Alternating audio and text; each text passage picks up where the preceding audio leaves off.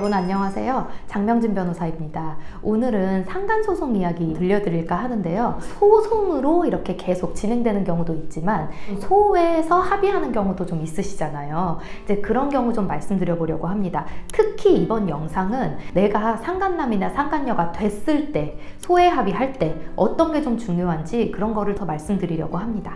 여러분, 소송에 대해서는 원피고 다 분명히 부담이 있을 수 있습니다. 그리고 특히 상간소송의 경우 피고가 소송이 많이 길어지는 거를 좀 많이 찝찝해하고 힘들어 하시고 좀 그런 경우가 있죠. 근데 특히 우리 원고분이라고 하더라도 부담감이 없는 건 아닙니다. 내가 소송을 하느니 좀 차라리 돈을 좀 더 많이 받고 소회에서 합의하는 걸로 좀 끝내볼까? 그렇게 좀 변호사 상담을 찾아오시는 상간에 대한 피해자분들 좀 있으시거든요. 그래서 그런 부분을 좀 말씀드리려고 합니다. 내가 상간남이나 상간녀가 됐어요. 아, 나는 소송을 하고 싶지 않아. 웬만하면 소회에서 합의하고 싶어 라고 결정을 하셨을 때를 전제로 말씀을 드리는 겁니다. 근데 이제 상대방으로부터 다 알고 있어. 이제 내가 소송만 하면 넌 분명히 나한테 위자료 줘야 돼. 그러니까 소회에서 그냥 빨리 합의하고 끝내자.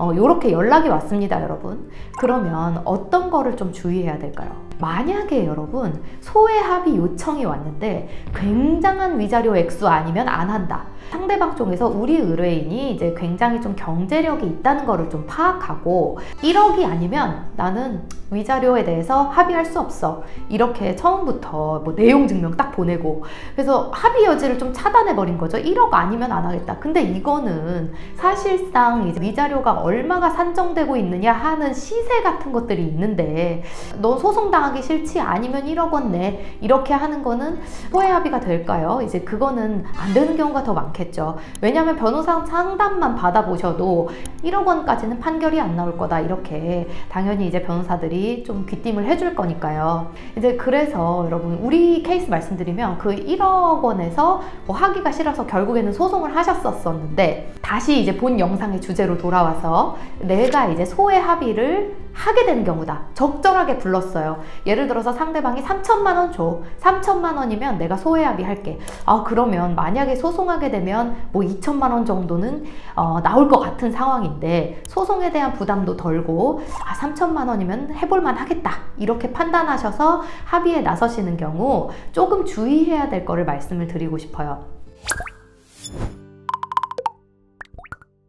일단은 내가 좀 상간녀 입장이잖아요. 합의서에서는 대부분 위약벌 약정을 좀 많이 하게 돼요, 요즘은. 그래서 그런 게 없는 소회 합의는 거의 없다고 보셔야 합니다. 그게 뭘 의미하냐면 네가 내 남편이랑 이 약정 이후에 한 번이라도 만나면 1,000만 원, 그리고 한 번이라도 연락하면 500만 원, 뭐 요렇게 약정을 하는 것이 위약벌 약정이라고 생각하시면 됩니다, 여러분.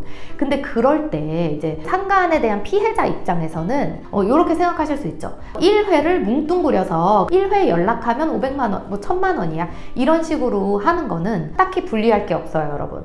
그런데 이제 이거를 상간녀 입장에서 보자면 1회가 과연 무엇을 의미하는가? 그거를 좀 명확하게 해두셔야 나중에 또 혹시나 소송을 당했을 때 자기 자신을 좀 지킬 수 있습니다. 사실 사람 일은 모르는 거잖아요. 앞으로 어떤 게 또 문제가 돼서 소송을 당할 수도 있는 거니까 메시지 하나가 1회인지 아니면은 한 주제로 이야기한 것이 뭐 1회인지 하루에 연락을 나눈 것이 1회인지 뭐 이런 것들을 좀 구체적으로 담는 게 중요합니다. 그래서 결국에는 하루에 연락 주고받은 건 1회로 본다. 뭐 이런 조항을 넣으시는 게 좋겠죠. 아무래도. 만약에 내가 교제하던 남자랑 이 남자의 부인이 가정이 깨졌단 말이에요. 나중에 근데 이 둘이서 만나고 있었어요, 상간녀랑. 근데 이 부인의 입장에서 나는 가정 다 깨지기는 했지만 내가 맞아 이런 약정서 있었지, 얘네가 또 만나면 내가 한 번에 1,000만 원 이제 청구하기로 했었지, 이러면서 가정이 깨지고 이혼을 했는데도 그 상간녀한테 또 소송을 건다. 이런 건 충분히 있을 수 있는 일입니다, 여러분. 그렇기 때문에 상간녀 입장에서는 혼인이 유지된다는 전제하에 나는 이런 책임을 진다. 이런 조건을 거시는 것도 좀 중요합니다. 제가 그때는 이제 원고의 입장이긴 했었는데요. 이제 그 피고랑 우리의 배우자 변호사랑 이제 교제를 했잖아요. 그런데 둘이서 크게 말하면 같은 업계에 있었던 거예요. 어쩔 수 없이 같은 학회도 가고 업무적인 이메일은 혹시 서로 주고받을 수도 있는 관계였던 거죠. 이제 상대방 대리인께서 그런 거를 요청을 하셨어요. 이제 업무적인 이메일에 대해서는 이런 거는 산정하지 말자. 그래서 이런 게 만약에 같은 업계가 아니라 사내에서 또 이런 경우가 일어나는 경우가 많잖아요. 단체 메일을 보내야 되는데 어쩔 수 없이 그 수신인에 상대방이 포함되어 있는 경우도 있을 수 있죠, 여러분. 당연히. 그래서 그런 거는 산정 기준에서 좀 제외한다.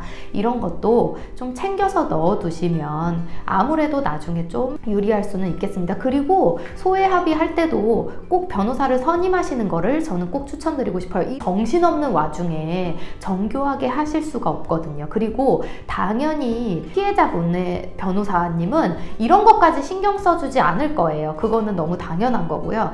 상대방이 유리한 거는 사실 굳이 넣을 필요가 없죠. 오늘은 좀 특이하게 피고가 되실 분들을 위해서 이 상간녀나 상간남이 됐을 때 소외합의 할 때에 대해서 좀 주의하실 점 말씀드려봤는데요. 이런 일이 닥쳤을 때 꼭 도움이 됐으면 좋겠습니다, 여러분. 네, 그러면 구독과 좋아요도 부탁드립니다. 감사합니다.